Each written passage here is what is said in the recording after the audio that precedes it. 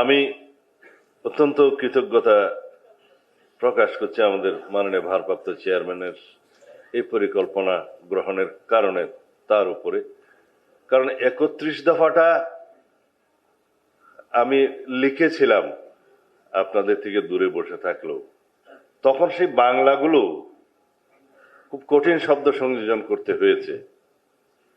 রাষ্ট্র পরিচালনার ক্ষেত্রে যা হয় আমি বিশদ বলবো না, যেগুলো আপনাদের জানা দরকার, কারণ আপনারাই ভবিষ্যতে রাষ্ট্র চালাবেন। আমরা পাসিং আউট। যে কোনো নীতি, পলিসি রাষ্ট্রীয়ভাবে ঘোষণা করা হয়, সেই পলিসিটা রাজনৈতিক দল আগে ধারণ করে, চিন্তা করে। যেমন শহীদ রাষ্ট্রপতি চিন্তা করলেন নিরক্ষরতা দূর করতে হবে দেশ থেকে, প্রথম নীতি।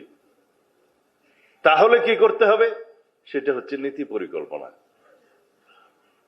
সাক্ষরতা বাড়াতে হবে, বয়স্কদের জন্য রাত্রিকালীন নৈশ স্কুল প্রচলন করতে হবে, গণশিক্ষা কার্যক্রম বাড়াতে হবে। এগুলো তোমাদের কাছে ইতিহাস মনে হবে, কিন্তু আমরা এগুলোর সাক্ষী। গণশিক্ষা কার্যক্রম করলেন গ্রাম পর্যায়ে পর্যন্ত, পুস্তক প্রণয়ন করলেন, ১-২ সরে সরে শিক্ষা করলেন, বয়স্কদের সাক্ষরতা শিক্ষা করলেন। ২ বছরের মধ্যে সাক্ষরতার হার বেড়ে ৫০% হয়ে গেল, যারা শুধু নাম দস্তখত স্বাক্ষর করতে পারতেন। বাংলাদেশে লিটারেসি রেট বলতে তখন বোঝানো হতো যারা স্বাক্ষর করতে পারে, যারা দস্তখত করতে পারে। প্রকৃতপক্ষে এটা শুধু খুশি করার জন্য, শুধুমাত্র সাক্ষরতা থাকলে, অক্ষর জ্ঞান থাকলে, ১-২ চিনতে পারলে যে পর্যায় পর্যন্ত পৌঁছানো যেত, সেই পর্যায় পর্যন্ত রাষ্ট্রপতি জিয়াউর রহমান ২ বছরের মধ্যে পরিকল্পনা করেছেন। গণশিক্ষা কার্যক্রম শহীদ রাষ্ট্রপতি জিয়াউর রহমানের পরবর্তী পর্যায়ে সামরিক শাসন আমলে, হুসেইন মোহাম্মদ এরশাদের আমলে বিলুপ্ত হয়ে গেল। আমরা এখন অনেকে গর্ব করে বলি বাংলাদেশে সাক্ষরতার হার ৫০-এর মতো, কেউ নিচে। একুরেট এটা কোনো পরিসংখ্যান নাই, কিন্তু যতদিন পর্যন্ত আমরা 100% লিটারেসি রেটের কাছাকাছি না যেতে পারবো প্রকৃত অর্থে, ততদিন পর্যন্ত আমাদেরকে এই সংগ্রাম চালিয়ে যেতেই হবে সরকারিভাবে। কারণ ওভারনাইট কোনো দেশে বৈপ্লবিক পরিবর্তন হয় না, আশা করাও যায় না। কিন্তু আমরা এখন যেটা যাচ্ছি সেটা বৈপ্লবিক পরিবর্তনের আশা, পরিকল্পনা, চিন্তা, এবং সেটা বাস্তব ভিত্তিক পরিকল্পনা প্রণয়ন। সেই জন্যই বলছি ৩১ দফাটা হচ্ছে নীতি, আর এগুলো হচ্ছে পরিকল্পনা, কর্মসূচি। সরকারি পর্যায়ে ৪ ধাপে কাজ করা হয়। ফ্রেমিং অফ পলিসি ফার্স্ট, সরকার নীতি ঘোষণা করবে যে আমরা অর্থনৈতিক মুক্তি চাই, আমরা চাই শতভাগ সাক্ষরতা, আমরা চাই শতভাগ শিশুরা স্কুলে যাবে। তাহলে কি করতে হবে?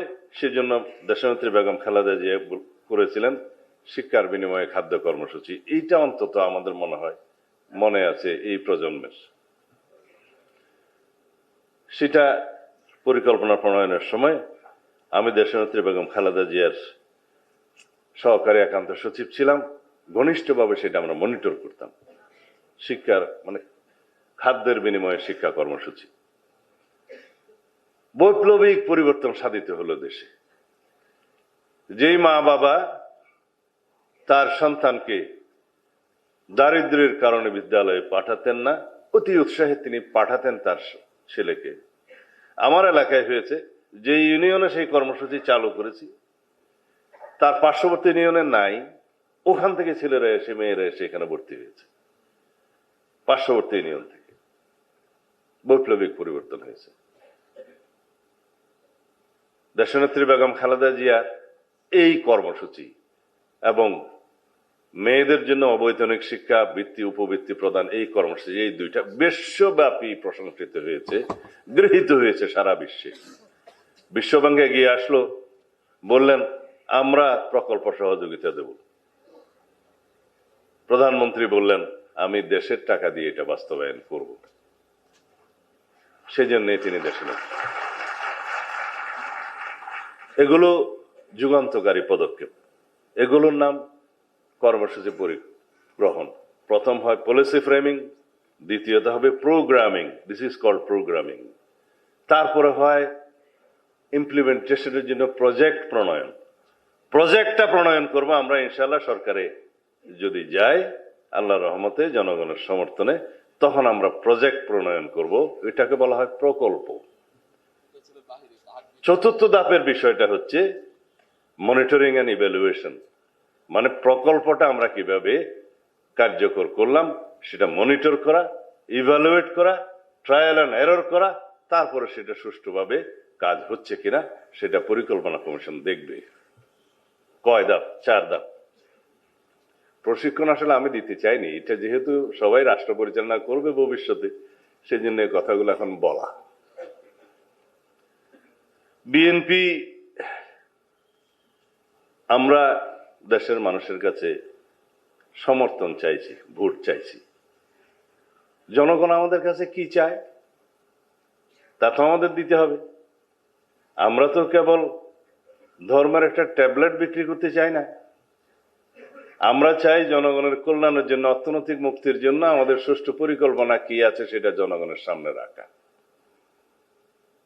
আমি কদিন এলাকাতে ছিলাম, এই প্রথমবারের মতো ক্যাম্পেইনে গেলাম, নির্বাচনী ক্যাম্পেইনে। তা আমাকে বলছে যে আপনারা এই লিফলেট দিয়েছেন, লিফলেটের বিপরীতে আমাদের ওখানে আবার সেই লিফলেটের বিপরীতে ভোট চাওয়ার উল্টা পৃষ্ঠাতে 31 দফাটা দিয়েছে। ও বলে যে ভাই সাহেব, এই 31 দফা লম্বা চৌড়া এত কেমনে বুঝবো, সহজ কথা বলেন। জনগণ বুঝতে চায়, এই সহজ করে আপনাদেরকে বলার জন্য এই 7টা, আজকে 8টা, এই সহজ করে বলার জন্য এগুলা। এখন নগরায়ন, আবাসন, ভূমির সুষ্ঠু ব্যবস্থাপনা ইত্যাদি কঠিন কঠিন শব্দ না বলে সহজ করে আপনারা এই কথাগুলো বলবেন লিফলেটের মধ্যে। এগুলো হচ্ছে 31 দফার নির্যাস। সবাই বলে সহজ কথা যায় না বলা অতি সহজে, কিন্তু অতি সহজে বলার জন্য এটা। সেজন্য আপনাদেরকে প্রথমেই বলতে হবে, যারা বিনা কষ্টে জান্নাতে যেতে চাচ্ছেন সেটার বাস স্টেশন কোথায় একটু আগে জেনে নেবেন। জনগণ এগুলো বোঝে। আমরা যা করছি তা হচ্ছে planning. Planning is half of the job. If you don't plan, you are planning to fail. ছাত্রদল বলে ইংরেজিতে বললাম। কারণ যদি আমরা রাষ্ট্র পরিচালনার ক্ষেত্রে আগের থেকে পরিকল্পনা প্রণয়ন না করি, তাহলে আমরা ফেল করার জন্যই পরিকল্পনা করলাম। এখন এই কথাটা তো আমাদের ধর্ম ব্যবসায়ী বন্ধুদের উদ্দেশ্যে বলা হয়ে গেল মনে হয়। তারা কেবলই বলছে যে এখানে একটু মার্কাতে ভোট দিলে তরতরাইয়া জান্নাতে যাবে, তার আগে ইহকালে কিভাবে চলবে এর কোনো বক্তব্য নাই। কদিন আগে অবশ্য খুলনাতে এক বন্ধুকে যোগদান করিয়েছে, আমি অবশ্য এর বেশি বলবো না। তারাও এখন একই কথা বলছে আর কি, বলছে আচ্ছা এর বেশি বলা ঠিক হবে না বোধহয়। মানে যেই দলের কোন নীতি আদর্শ নাই, কোন পরিকল্পনা নাই, শুধুমাত্র ধর্মের নামে একটা ট্যাবলেট বিক্রি করে জনগণের সাথে প্রতারণা করার পরিকল্পনা করছে, তাদেরকে জনগণ ইতিমধ্যে চিনেছে, তাদের মুখোশ উন্মোচিত হয়েছে। আমরা বাংলাদেশ জাতীয়তাবাদী দল, যিনি সৃজন করেছেন, প্রতিষ্ঠা করেছেন শহীদ রাষ্ট্রপতি জিয়াউর রহমানের রাজনৈতিক জন্ম থেকে তার শাহাদত বরণ পর্যন্ত, এবং দেশনেত্রী বেগম খালেদা জিয়ার রাজনীতিতে পদার্পণ থেকে আজ পর্যন্ত আমাদের অহংকার, আমাদের তারুণ্যের অহংকার আমরা বলি আমাদের নেতা জনাব তারেক রহমানের রাজনৈতিক সংগ্রামের ইতিহাস এখন পর্যন্ত। এই 3টা বিশ্লেষণ করলে 5 মিনিটের মধ্যে বাংলাদেশ মানেই বাংলাদেশ জাতীয়তাবাদী দল। আমি বলেছি গণতন্ত্রের বিকল্প নাম, অপর নাম হচ্ছে বিএনপি। এই কথা বলা যাবে না? কারণ দেশের স্বাধীনতা ঘোষণা দিয়েছিলেন আমাদের দলের প্রতিষ্ঠাতা তৎকালীন মেজর জিয়াউর রহমান। তিনি 1975 সালে প্রায় চিন্তায়কৃত গণতন্ত্রকে পুনরুদ্ধার করছেন সিপাহী জনতার বিপ্লবের মধ্য দিয়ে 7ই নভেম্বর। আবার শহীদ রাষ্ট্রপতি জিয়াউর রহমান, তখন তিনি সেনাপ্রধান। তারপর 1979 সালে প্রাতিষ্ঠানিকভাবে 4র্থ সংশোধনী বাতিল করে 5ম সংশোধনের মধ্য দিয়ে এই দেশে বহুদলীয় গণতন্ত্রের রচনা প্রচলন করেছিলেন শহীদ রাষ্ট্রপতি জিয়াউর রহমান। সেই 5ম সংশোধনী আমাদের সবাইকে জানতে হবে। বাংলাদেশের মূল ভিত্তি রচনা হয়েছে সেদিন বাংলাদেশের 2য় জাতীয় সংসদের সম্ভবত 3য় অধিবেশনে, খুব সম্ভবত। সেদিন বাংলাদেশে আইনের শাসন প্রতিষ্ঠা করা হয়েছে। বাকশালে ছিল রাষ্ট্রপতি বিচারপতিদের নিয়োগ করবেন, বরখাস্ত করবেন, বাতিল করবেন, সব ক্ষমতা রাষ্ট্রপতির। আইনের শাসন প্রতিষ্ঠা আমরা এখন অঙ্গীকার আবদ্ধ, ভিত্তি ওখানে। সুপ্রিম জুডিশিয়াল কাউন্সিল প্রতিষ্ঠা করে আজ পর্যন্ত সেটা বহাল আছে। মাঝখানে হাসিনা অবশ্য বাতিল করে দিয়েছিল 16তম সংশোধনের মধ্য দিয়ে। আবার পিতার সেই সংশোধনে নিয়ে আসছিল পার্লামেন্টের মাধ্যমে বিচার বিভাগের যে কাউকে বরখাস্ত করা যাবে। যাই হোক, এগুলো আপনারা সংক্ষিপ্তভাবে বলবেন। গণমাধ্যমের স্বাধীনতা, বিচার বিভাগের স্বাধীনতা, গণতন্ত্রের বহুদলীয়করণ, বহুদলীয় গণতন্ত্রের প্রবর্তন সবই জিয়াউর রহমানের কৃতিত্ব 1979 সালে। তারপরে দেশীয় বিদেশীয় ষড়যন্ত্রের কারণে শহীদ রাষ্ট্রপতি জিয়াউর রহমানের শাহাদত বরণ করতে হলো। তারপরে শুরু হলো দেশনেত্রী বেগম খালেদা জিয়ার রাজনীতিতে আগমন। এদেশের গণতন্ত্রের পুনরুদ্ধারের জন্য লড়াই সংগ্রাম করতে করতে স্বৈরাচার সামরিক শাসন বিরোধী আন্দোলনে বিজয়ী হয়ে 1990 সালে 1991 সালে এদেশে সংসদীয় পদ্ধতির রাজনীতি চালু করলেন, সরকার পদ্ধতি চালু করলেন। সেই কৃতিত্ব বিএনপির। 1996 সালে জনগণের দাবিতে আমরা গ্রহণ করলাম, সেই সংসদে আমিও একজন সদস্য ছিলাম, সংসদ সদস্য। 1996 সালে আমরা তত্ত্বাবধায়ক সরকার পদ্ধতি প্রচলন করলাম। এই যে গণতন্ত্রের ভিত্তি রচনা, গণতান্ত্রিক প্রতিষ্ঠানগুলোর প্রাতিষ্ঠানিকীকরণ, সাংবিধানিক প্রতিষ্ঠানগুলোকে শক্তিশালীকরণ, ধীরে ধীরে বাংলাদেশের জন্য একটি শক্তিশালী গণতান্ত্রিক রাষ্ট্র হিসেবে পরিণত হয়ে ওঠা, সবই বিএনপি, শহীদ রাষ্ট্রপতি জিয়াউর রহমান, দেশনেত্রী বেগম খালেদা জিয়ার অবদান। তার পরবর্তীতে ইতিহাস পাল্টে দেয়া, আবারও বাকশালের মতো একদলীয় শাসন ব্যবস্থা এবং রাষ্ট্র ব্যবস্থার খায়েশ পূরণ করার জন্য মুজিবের কন্যা হাসিনা ফ্যাসিবাদী শাসন ব্যবস্থা কায়েম করলেন। মুখোশ সাংবিধানিক সরকার, সংসদীয় সরকার, মুখোশ গণতন্ত্রের, ভিতরে বাকশাল। এই ছিল তার শাসন ব্যবস্থার মূল কথা। তত্ত্বাবধায়ক সরকার পদ্ধতি বিলুপ্ত করলেন এবং 14, 18, 24 পর্যন্ত এই অগণতান্ত্রিক শাসন ব্যবস্থা, ফ্যাসিবাদী শাসন ব্যবস্থা কায়েমের মধ্য দিয়ে পৃথিবীর ইতিহাসে সবচাইতে জঘন্য একদলীয় একনায়কতান্ত্রিক ফ্যাসিবাদী অগণতান্ত্রিক শাসন ব্যবস্থা প্রতিষ্ঠা করলেন। বিএনপির ইতিহাসের বিপক্ষে সংক্ষিপ্ত এই ইতিহাসটা আপনারা মাঠে ঘাটে সবাইকে বলবেন। এগুলো হচ্ছে সহজ কথা, যায় বলা অতি সহজে। এই কথাগুলো আপনারা বলবেন। জনগণ বেশি ইতিহাস চায় না। আমাকে যখন জিজ্ঞেস করছে, ভাই সাহেব এই 31 দফা 1 থেকে 31 পর্যন্ত কে পড়বে, কতজন পড়বে? গ্রামের আমজনতা মানুষ, অনেক মানুষ শিক্ষা দীক্ষা গ্রহণ করতে পারে নাই, বয়স্ক মানুষ, তাদের পড়াশোনা নাই, তাদের জন্য কি করবেন? তাদের জন্য বলবেন হলো আজকের এই কথাগুলো।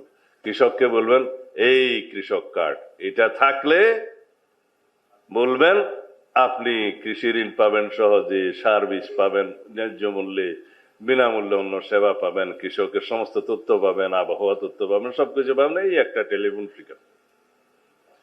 ফ্যামিলি কার্ড মা বোনদের কাছে গিয়ে বলবেন যে পরিবারের, আমরা বলি নারীর ক্ষমতায়ন, এটা তো শুধু বক্তৃতার মতো বললে হবে না, নারী বুঝতে হবে যে তার আসলে ক্ষমতা আছে। তখন বলবেন যে এই ফ্যামিলি কার্ডটা হচ্ছে আপনার ক্ষমতা, এই পরিবারের আপনি প্রধান, এই ফ্যামিলি কার্ড যদি আপনার থাকে এই পরিবারের মধ্যে আপনার নিরাপত্তা 1 নম্বরে থাকবে। জামাই বাবু খুব সহজে তাকে বকাশকা করতে পারবে না অন্যায় ভাবে। বলে যে এই ফ্যামিলি কার্ডটা হচ্ছে আপনার ক্ষমতা, এটাই আপনার ক্ষমতায়ন, এটার মালিক আপনি। বিনামূল্যে চাল ডাল নিত্য প্রয়োজনীয় দ্রব্যাদি একটা নির্দিষ্ট অঙ্কের আপনি প্রতি মাসে পাবেন। আপনার ফ্যামিলি নিয়ে সংসার নিয়ে টানাপোড়েন আর করতে হবে না, এটা হচ্ছে ক্ষমতায়ন। পাশাপাশি কি সোশ্যাল সিকিউরিটি, যেটা নিরাপত্তা, সেই নিরাপত্তার মালিককে সেই ভদ্র মহিলা যিনি পরিবারের প্রধান। তাহলে কার্ডটা কোথায়? এখানে নারী উন্নয়ন, হ্যাঁ উন্নয়ন শব্দটা বলছি, নারী উন্নয়ন মানে তখন তাকে বলতে হবে যে আপনার সন্তানদেরকে আপনি উন্নত মানের শিক্ষা দিতে পারবেন, উন্নত মানের শিক্ষা দিতে পারবেন, সে আপনার জন্য, দেশের জন্য, সমাজের জন্য, পরিবারের জন্য সম্পদ হবে। এটাই হচ্ছে ডেভেলপমেন্ট। তাহলে এই মা বোনদেরকে 3টা কথা বলবেন: আপনার সামাজিক নিরাপত্তা, আপনার ক্ষমতায়ন এবং আপনার উন্নয়ন, আপনার পরিবারের উন্নয়ন। তার মূল চাবিকাঠি হচ্ছে এই ফ্যামিলি কার্ড। এই সহজ কথা বলা যাবে না। আমি সব মাস্টার ট্রেনাররা কিভাবে ট্রেনিং দেবে জানি না, আমি তো একটু আম জনতা মানুষ, তো আমরা, আমার রিজভি ভাই বলতেছিলাম আমরা তো একটা আম জনতা মানুষ। আমি বললেন যে আমদের সাথে যদি আমভাবে কথা না বলা হয়, ইংরেজিতে কথা বলা হয়, তাহলে কাম হবে না। আমাদের দেশে একজন চেয়ারম্যান সাহেব ছিল, তো সে ওই জনগণকে তার মাহাত্ম্য বোঝানোর জন্য মাঝে মধ্যে ইংরেজি বলতো। তো তার কিছু মুসাহেব ছিল পাশে, বলতো যে বাহ বাহ বাহ বাহ, কিন্তু জীবনে তার কথা পাবলিক বোঝে নাই। এখন আমরা পাবলিককে বোঝানোর এই সহজ বাজাগুলো বলতে হবে, যে নারীকে বলতে হবে ক্ষমতা, নিরাপত্তা এবং উন্নয়ন, 3টার চাবিকাঠি ফ্যামিলি কার্ড। ফ্যামিলি কার্ড আজকাল সবাই বুঝবে, না বুঝলে বলবেন যে এটা পারিবারিক কার্ড, একটা কিছু বলে দেবে। তারপরে আমি মনে হয় বেশি বলতে, অসুবিধা থাকলে বলে দিও।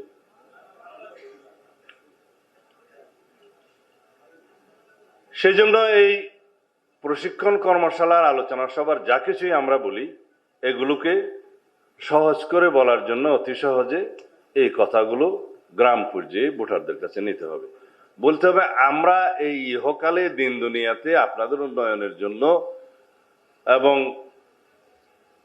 বলতে হবে অর্থনৈতিক মুক্তির জন্য, সমগ্র দেশের সকল জনগণের অর্থনৈতিক সামর্থ্য বৃদ্ধির জন্য আমরা এই পরিকল্পনা নিয়েছি। আমরা যদি ওখানে যেয়ে বলি যে শিক্ষাই জাতির মেরুদণ্ড, সবাই মুখস্থ করবে, কিন্তু আসল মেরুদণ্ড সোজা করতে হবে কৃষকের। শিক্ষার মাধ্যমে জাতির মেরুদণ্ড নির্মিত হবে, শক্তিশালী হবে, কিন্তু কৃষকের মেরুদণ্ড যদি দুর্বল হয় সে হাঁটতে পারবে না, যেতে পারবে না। এই কৃষি কার্ডের মধ্য দিয়ে বলতে হবে যে কৃষকরাই যে জাতির প্রধান শক্তি এবং অর্থনৈতিক মেরুদণ্ড, জাতির মেরুদণ্ড, সেটা বিএনপি আপনাদের সামনে তুলে ধরেছে। এই দেখেন, আমরা ক্ষুদ্র কৃষক, মাঝারি কৃষক, বড় কৃষক, এগুলা অনেক বিস্তারিত বর্ণনা ওই মাঠ পর্যায়ে ওভাবে বলার প্রয়োজন হবে না। বলবেন যে সকল কৃষকই এটা পাবে পর্যায়ক্রমে, আগে প্রান্তিক কৃষকরা পাবে, ক্ষুদ্র কৃষকরা পাবে, সহায়তা পাবে, এটা সরকারি পরিকল্পনায় জানতে পারবে। অত বিস্তারিত না বলে গ্রামের মধ্যে বলতে হবে এই কৃষি কার্ড কৃষকের মুক্তির সনদ। কি বলবেন? এই কৃষক কার্ড কৃষকের মুক্তির সনদ। কৃষক যদি শক্ত হয়, মুক্ত হয়, অর্থনৈতিকভাবে মেরুদণ্ড শক্ত হয়, তাহলে জাতি দাঁড়িয়ে যাবে। এটাই আসলে প্রকৃত বক্তব্য। স্বাস্থ্য কার্ডের কথা ডক্টর জিয়া বলবে, কিন্তু আমরা রোগী হিসাবে একটু বলি, আমরা রোগী হিসাবে সরকারি হাসপাতালে কি কেউ যেতে স্বাচ্ছন্দ্য বোধ করি? এক কথাই বলেন তো, কেউ না। কিন্তু এই স্বাস্থ্য কার্ড প্রচলনের পরে সবাইকে বলতে হবে আপনি খুশি মনে সরকারি হাসপাতালে যাবেন, কারণ আপনার এই নিরাপত্তা দিবে এই স্বাস্থ্য কার্ড। এটা থাকলে ডাক্তার সাহেবরা কোনো হাসপাতালে আপনাকে বিনা চিকিৎসায় ফেরত দিতে পারবে না। এবং আমরা একবার চিন্তা করছিলাম সংবিধান সংস্কার করার সময় যে স্বাস্থ্য সেবা এটাকে মৌলিক অধিকারের অন্তর্ভুক্ত করা যায় কিনা, শিক্ষাকে মৌলিক অধিকারের অন্তর্ভুক্ত করা যায় কিনা, সেটা দীর্ঘ আলোচনা, এই প্রশিক্ষণ আমি এখানে দেব না। কারণ মৌলিক অধিকারে যদি কোনো কিছু অন্তর্ভুক্ত হয়, এটা সাংবিধানিক ভাষা হচ্ছে যে state must ensure that fundamental right through enforcement of law. মানে হচ্ছে যেটাই মৌলিক অধিকার অন্তর্ভুক্ত হবে, রাষ্ট্রকে সেটা শতভাগ নিশ্চয়তা বিধান করতে হবে, যেটা পরিপূরণ করতে হবে। আমরা সেই পর্যায়ে অর্থনৈতিকভাবে এখনো উন্নীত হইনি।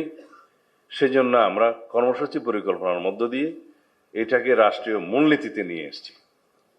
মূলনীতিটাতে রাখলে রাষ্ট্র ক্রমান্বয়ে তার ফিনান্সিয়াল অ্যান্ড কালচারাল যে রাইট সেটা এনশিওর করবে সাংবিধানিকভাবে। তোমাদের সবাইকে তো পর্যায়ক্রমে সংবিধান জানতে হবে, বুঝতে হবে, জনগণকে বলতে হবে, প্রতিনিধিত্ব করতে হবে। এটা হচ্ছে যে সহজ ভাষায় সংবিধান শিক্ষা।